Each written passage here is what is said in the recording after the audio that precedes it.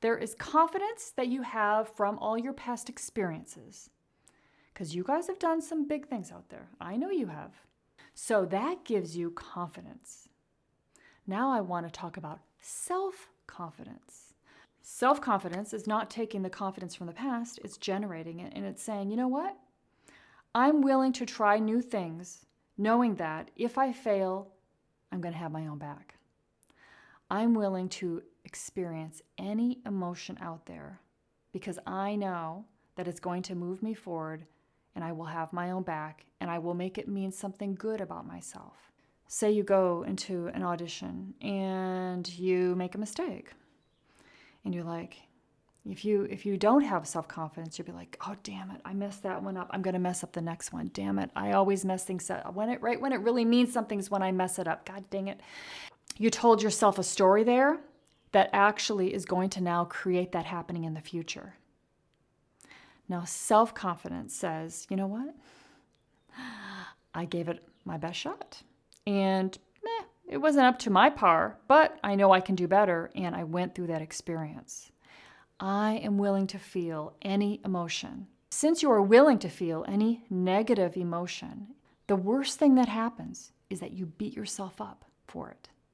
Yeah, maybe you don't get the opportunity that you really wanted at that time, but you will in the future. Remember, thousands of light bulbs, and then they finally got the light bulb. Anything that's worth creating is worth stumbling and failing to get there, to get good at it. But you can't just stumble and fail and then beat yourself up and then stay in the same place and go down into the hole.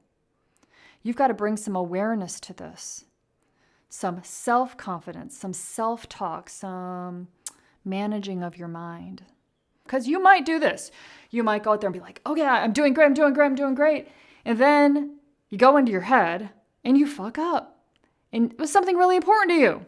And you just went back to where you were. You're moving forward even when you move back. You're moving forward even though you fuck up. You're moving forward even though you're like, oh, I just went into a really negative place. And you're like, okay, I just noticed I went into a negative place. It's not the truth. I noticed it. When you fail, it's so painful, isn't it? It's so painful to you, isn't it? Why is it so painful to you? It's because of what you're thinking. There's nothing out there in the world that really happened. I mean, the whole world is just kind of going on. Why it's so painful is how you're thinking about it, how you're thinking about yourself. You made it painful. If that's the case, then never make it mean something bad about you. Make it mean something good about you. Yeah, I failed. Well, it's 1 of 1,000.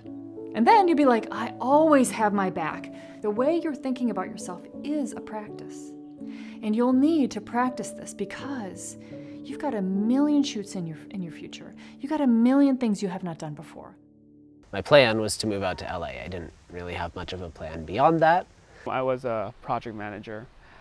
I helped other people achieve their dreams. And after a few years of that, I started to realize I wasn't working on my dreams. I worked at Apple. I worked at the Genius Bar for 4.5 years. Yeah, it was great. I was making money, but I wasn't doing what I wanted to do. I felt very stuck. I was in the audiovisual industry for 15 years. So I had gone to film school for about 3-4 years. You feel like you're working on a film set and everyone's so, enthralled in the project, but nobody could actually figure out like how to actually get in the industry. 2 or 3 years after film school, I'm still twiddling my thumbs, sitting on a degree, wondering how the heck do I get in? I wouldn't have even believed it if you told me 3 years ago that I would have worked on these productions. Stranger Things Season 3, MacGyver Seasons 2 and 3, The Resident Seasons 1 and 2, Legacies, The Vampire Diaries, First Man. I just worked on a feature film recently called Son of the South. I've done sound mixing, first assistant director, second assistant director.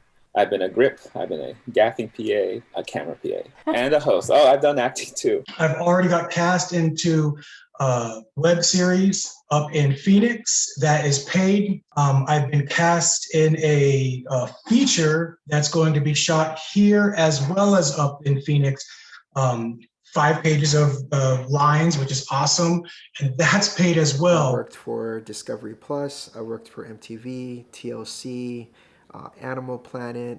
Most recently, the Oprah interview with Harry and Meghan Markle, HBO Max show called Full Bloom, Canine Intervention, MTV Ghosted, Ninja Warrior, Ellen's Next Greatest Designer. America's Got Talent was the show that actually brought me out to Los Angeles. Bug Juice, which is for Disney Channel out in Maine. I worked on Treehouse Masters in Pennsylvania. I've been travel coordinating for the past year and a half on a multitude of game shows, travel shows, Gordon Ramsay shows, like worked with Kevin Hart, with Snoop Dogg, oh my gosh, Lance Bass, like a whole bunch of crazy A-listers that you wouldn't even think you're like literally this close to.